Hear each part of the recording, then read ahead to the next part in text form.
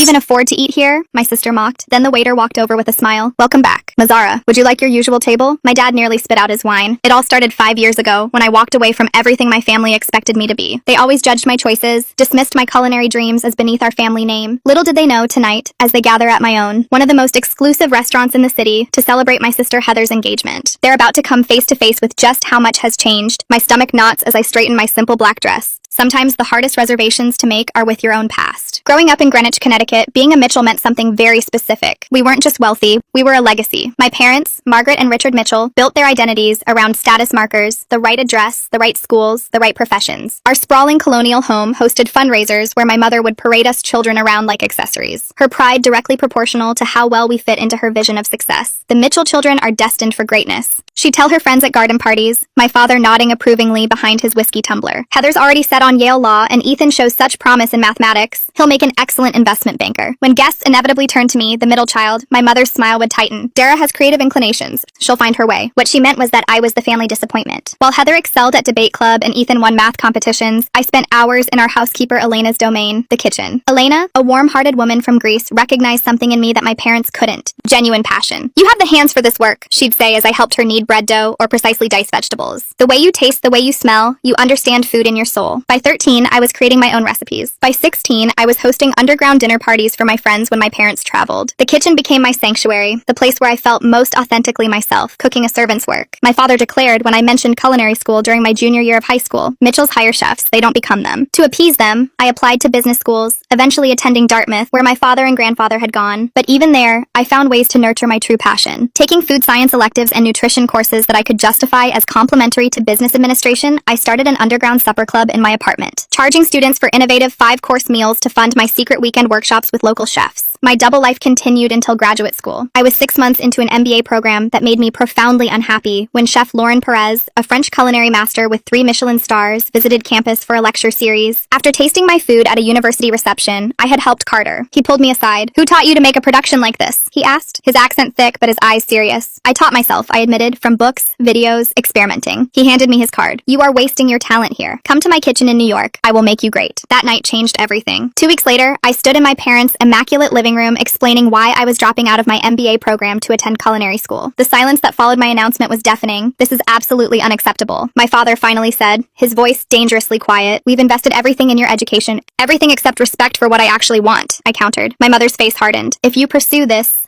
hobby, you do it without our support, financial or otherwise." Heather, home from her year of law school, laughed coldly.